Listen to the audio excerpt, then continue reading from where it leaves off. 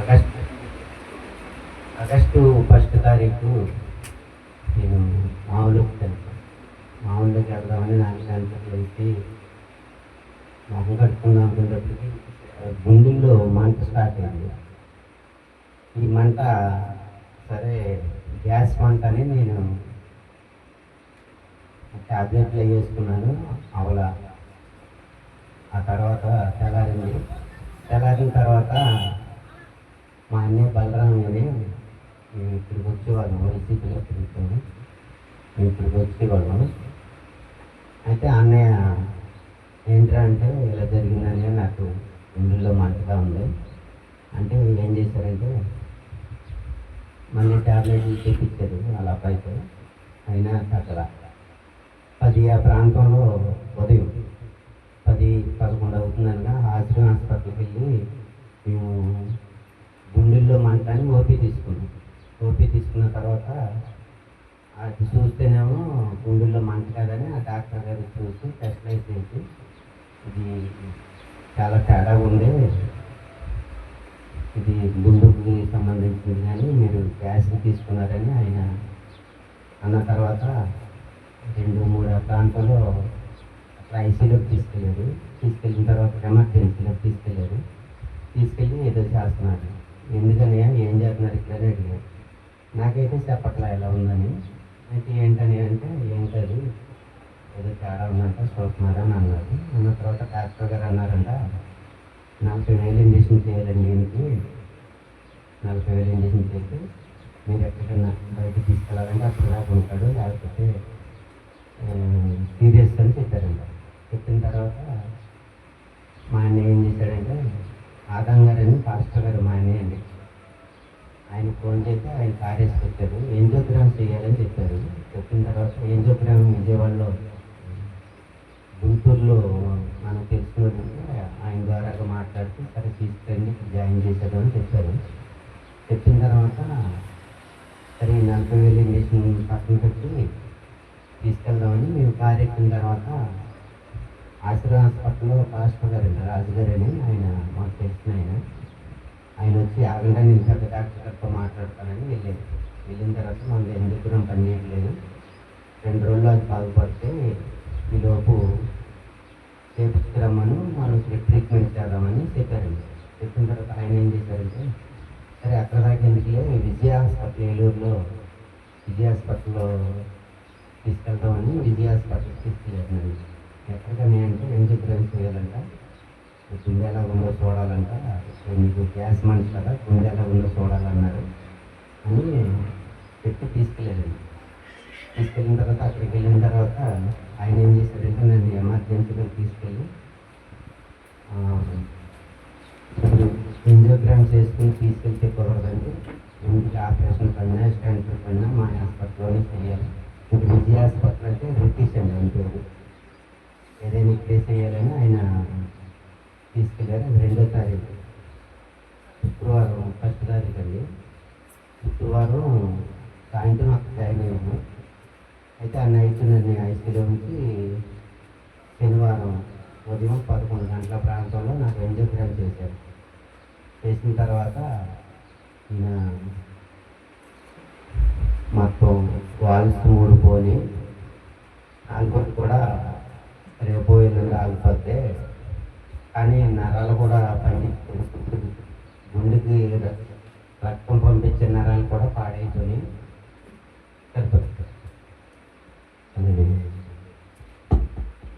గుండెకి రక్తం పంపించే నరాలు కూడా పాడైపోయి ఖర్చుపడిపోయి పనిచేయడం అని చెప్పి ఆయన ఏం చేశారంటే ఏదైనా ఇక్కడే చేయాలన్న అతను మీరు అత్యంత ఏదైనా ప్రైవేట్ హాస్పిటల్ పెద్ద హాస్పిటల్కి తీసుకెళ్తుంది ఇక్కడైతే పని అవుదని చెప్పాడంటే 2వ ప్రాంతంలో చెప్తే ఒక ఆ రోజు శనివారం కదా మా వాళ్ళందరూ వచ్చారండి.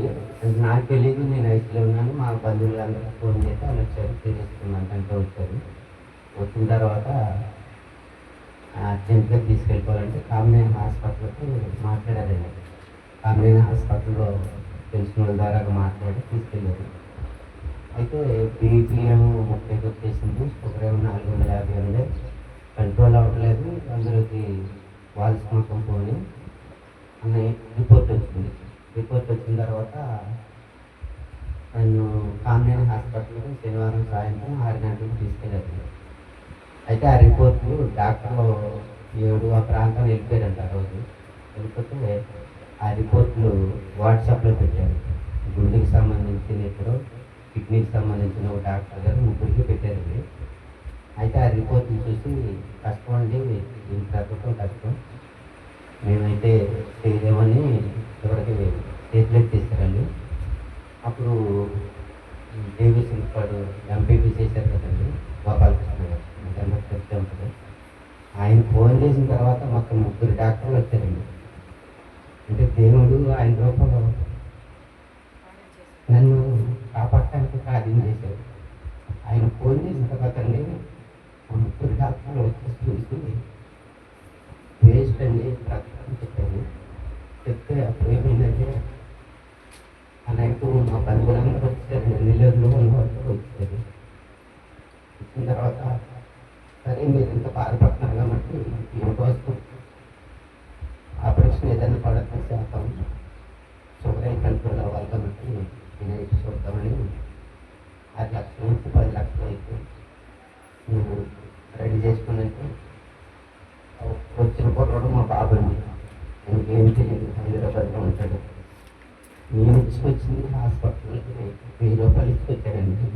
అంటే వ్యాసమంట, అందులోకి ఆశ్రమ హాస్పిటల్ అంటే ఫ్రీయే కదా అని 1000 రూపాయలు ఇచ్చుకెళ్తే నేనేమో ఐసీలో ఉన్నాను. నాకు డబ్బులు చూసుకోవాలి ఎవరు లేరు. అయితే నా బంధువులందరూ కలిసి 20 లక్షలు అయితే మేము పెట్టుకుంటాం కానీ చేసేమని మనిషి 2 లక్షలు అది వేసుకుని చూపంతా రెడీ పెట్టారు. ఆ పొద్దున్నే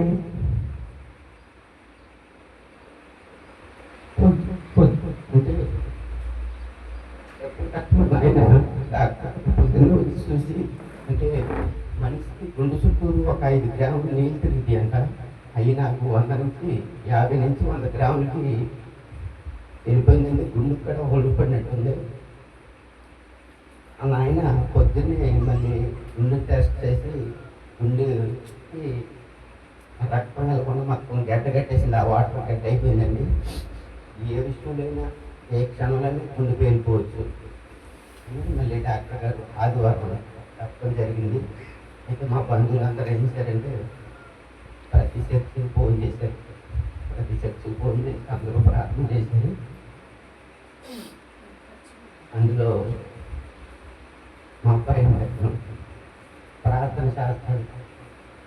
అయితే నేను ఆగస్టు 1 తారీఖు వరకు చర్చికి వెళ్ళేవాడిని, వచ్చేవాడిని, లోపల తిరిగేవాడిని. అసలు వాక్యం ఏదో చదివినది అంతా చదివేవాడిని. అలా ఉన్న నా జీవితానికి ఆ రోజు ఇలా జరగడంతో మా అబ్బాయి ప్రార్థన బాగా చేస్తాడు, వచ్చే చేశాడు. మా అబ్బాయి, మా మేనమ్మ, మా అమ్మ, తమ్ముడు, మా అమ్మ నాన్న లేదండి, మా మేనమ్మ ఉంది నాకు. తండ్రి ఇప్పుడు నా ఫ్రెండ్ తీసుకుంటే నరకానికి వెళ్ళిపోతాడు.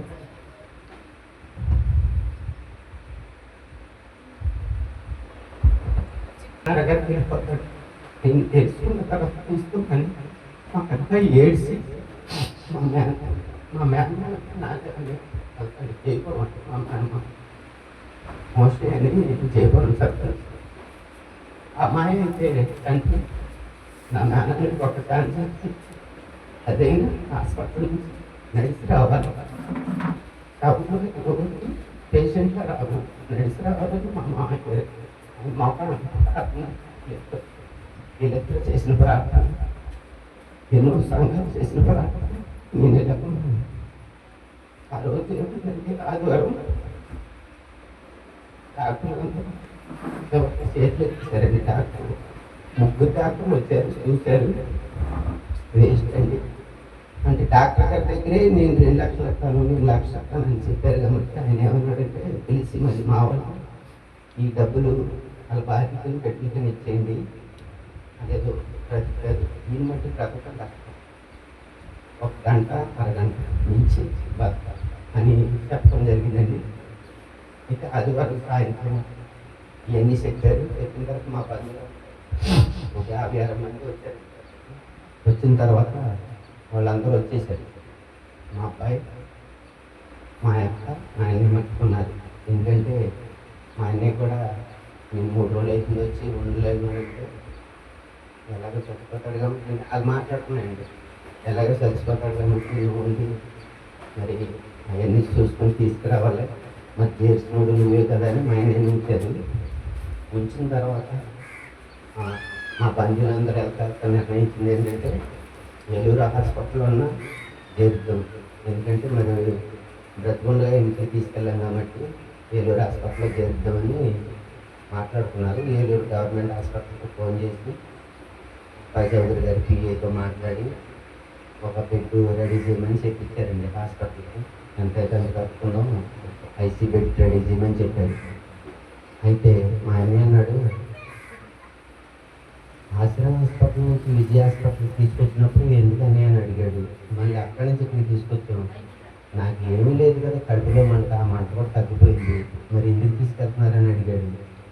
అడిగినప్పుడు మనం ఇప్పుడు తీసుకెళ్ళామంటే విషయం తెలియకుండానే చచ్చిపోతాడు, ఖర్చు అయితే అయింది, 1 రోజు 2 రోజులు ఉన్నంతకాలం ఇక్కడ పెడదామని మాట్లాడుకున్నారంటే ఆదివారం సాయంత్రం 3వ తారీఖు.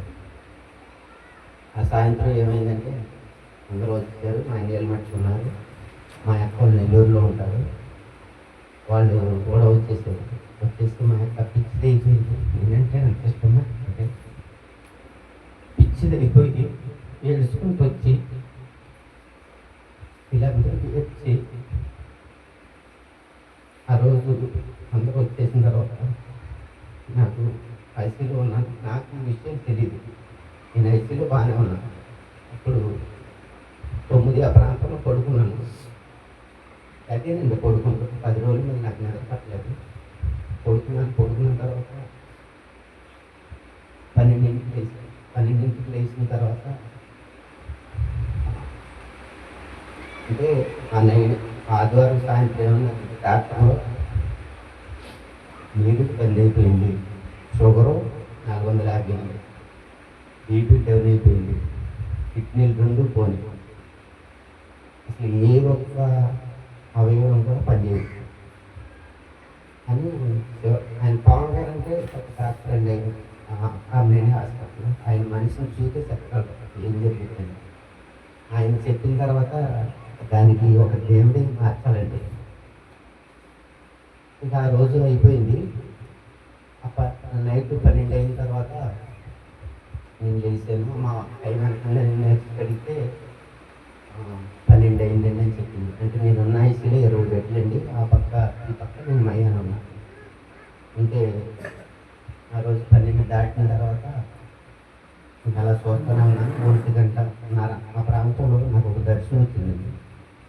దర్శనం అంటే ఎలా అంటే అదే దర్శనం సేమ్ నాకు ఒక 7-8 నెలల క్రితం ఇంటికాడ వచ్చింది.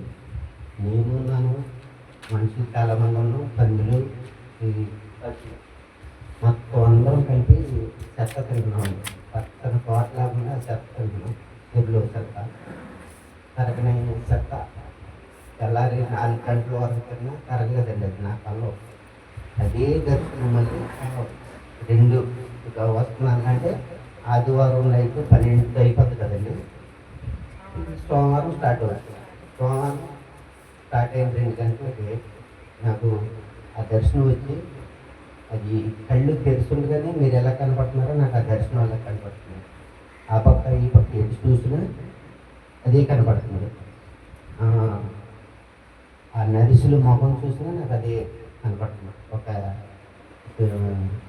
ఎల్ఈడిలో కనపడినట్టు కనపడుతుంది. అయితే నాకు అనుమానం వచ్చిందండి. అంటే ఇప్పుడు సెలలో చూస్తున్నాం కదా, చచ్చిపోయి మనం పైకి వెళ్ళిపోతే కింద ఏమన్నది ఏంటన్నది చూస్తున్నాం అని నేను అనుకున్నా. ఆ 2 నిమిషాలు నేను చనిపోయింది కదా, ఇది పైకి వెళ్ళిపోయింది, నేను పై నుండి చూస్తున్నాను, నాకు వచ్చిన దర్శనం 2సారి ఎలా వస్తుందో చాలా నేను అనుకున్నా. ఆ తర్వాత ఒక 15 నిమిషాల తర్వాత ఆ చెత్తంతా తగ్గుకుంటూ వచ్చి మొత్తం క్లియర్ అయిపోయిందండి. మొత్తం క్లియర్ అయిపోయి తెల్లటి చెరువులకు తయారైపోయింది, మంచి నీళ్ళు చెరువులకు తయారైపోయింది. అసలు ఏమీ లేదు, ఏ మూలం చూసినా ఎక్కడ చెత్త అన్నది లేదండి. ఇంత క్లియర్ అయిన తర్వాత నాకు తెలియదు నేనున్న పరిస్థితి, ఐసీలోకి తెలియదండి విషయం.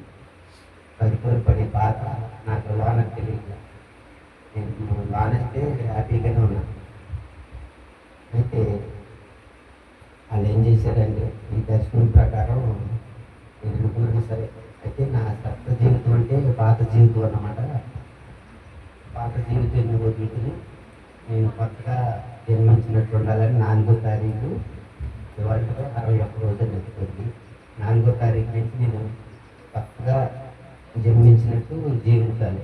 పాత జీవితం నాకు వద్దనుకుని నేను ఆ బెడ్ మీద నిర్ణయించుకున్నానండి. అంటే ఈ విషయం నాకు ఇంత ప్రమాదం జరిగిందన్న విషయం 6వ తారీఖు వరకు నాకు తెలియదండి. నేను ప్రమాదంలో ఉన్నట్టు కూడా తెలియదు. అయితే ఆ రోజు 2 అయింది. ఆ తర్వాత తెల్లారిపోయిన తర్వాత డాక్టర్ గారు వచ్చి చూసి నేరుడు ఆగిపోయిన నేరుడు ఆ రోజు జరగడం స్టార్ట్ అయింది. ఏంటో తెలియదు. ఆయన డాక్టర్ గారు వచ్చి ఆదివారం చనిపోతారన్నట్టుగా పెట్టి మా యొక్క పొద్దున్నే మా అబ్బాయిని మా అన్నయ్యని పిలిచారు డాక్టర్ గారు. పిలిచి వాళ్ళు డాక్టర్ గారి దగ్గరికి వెళ్ళేటప్పుడు మా యొక్క ఈ తిన్నాకి పొంగులో బట్టలు ఇవన్నీ చదివేసిందండి. అంటే చచ్చిపోయాడు, తీసుకెళ్ళిపోమని చెప్పడానికి చేశారని మా యొక్క ఇవన్నీ చదివేసిన తర్వాత డాక్టర్ గారు మీ నాన్న టీ అడిగాడమ్మా తీసుకురాయిందని చెప్పాడంట. చెప్తే మా అబ్బాయి వచ్చేటప్పటికి మా ఇంటి ఏడ్చుకుంటున్నాను. ఏంటంటే అమ్మ బాగానే ఉన్నాడంట, మా నాన్న టీ కావాలంట తీసుకురమ్మన్నారని చెప్పడం జరిగింది. అప్పుడు మా ఇంటి ఏడ్చుకుంటా అక్కడ పక్కన కూడా మన దేవుని నమ్ముకున్న వాళ్ళు ఉన్నారంట. అమ్మ ఏమవుతుంది ఏమవుతుంది అది చెప్తున్నారంట.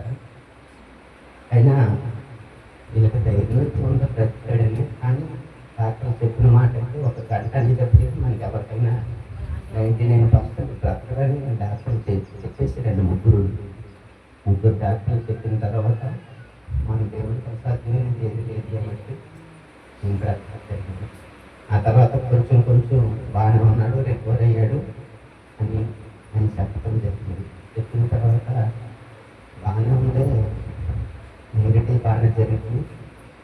ఈ కిడ్నీలు అవి కూడా కొంచెం ఇదిగా ఉందని చెప్పారు.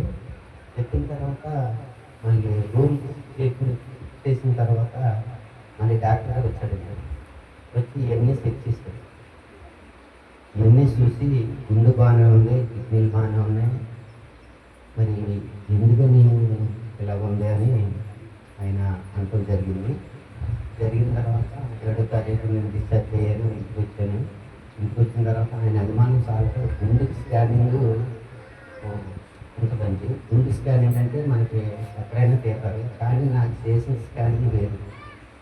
గుండెలో ఉన్న చిన్న నరం కూడా మనకి పెద్దగా కనబడేటట్టు టెస్ట్ చేస్తాడు ఆయన. ఎందుకంటే అసలు ఎందుకు బతికాడు తెలుసుకోవాలని. అప్పుడు మళ్ళీ గోపాలకృష్ణ గారు హాస్పిటల్కి వెళ్ళారంట. అప్పుడు ఆయనతో ఏమండి మీ పేషెంట్ ఎలా బతికాడో నాకు అర్థం కావట్లేదు, గుండెకు కూడా హోల్ పడింది అయినా పూడిపోయింది, అతను ఎందుకు బతికాడో నాకు తెలియదు, అసలు ఆయన రిపోర్ట్లు ఏంటో నాకు అర్థం కావట్లేదు. అసలు నేను చూసిన కేసులో బ్రతకుంటే 10 లక్షల మందిలో కూడా ఒక్కరు బ్రతికే కష్టం అంటే అసలు నేను చెప్పిన తర్వాత అని డాక్టర్ గారు సాక్ష్యం ఇచ్చారండి. పదని ఇది దేవుడు చేసిన కార్యం. నా సప్త జీవితం వదిలిని తెల్లటి చెరువులని జీవితంలోకి వచ్చాను.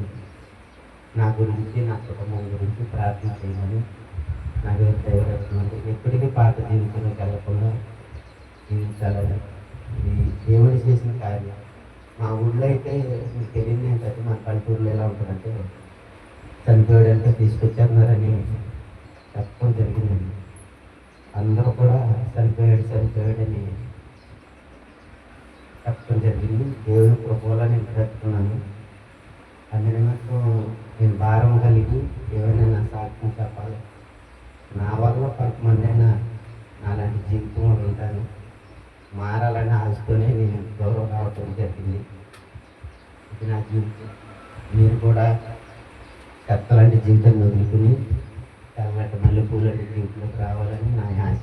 కొడుకు మా మేనమామ ప్రార్థన చేసినట్టు ఆయన నాలాగానే ఇంత మాత్రమే సార్ కాదు, నా గురించి 21 రోజు ఉపవాసం ఉండి ఆయన ప్రార్థన చేసి నడిచి రావాలని అడిగినందుకు ఆ రోజు నేను హాస్పిటల్ నుంచి నడిచేస్తా ఉంటే సగం దూరం వచ్చాక అక్కడ వార్త చూసి వచ్చి బాబు ఆపి మీరు ఇలా వెళ్తే మా ఉద్యోగం పోద్దని తీసుకొచ్చి మళ్ళీ స్కెచ్ మీద కూర్చోబెట్టుకుని అది కుర్చీ మీద కూర్చోబెట్టుకుని తీసుకొచ్చారండి.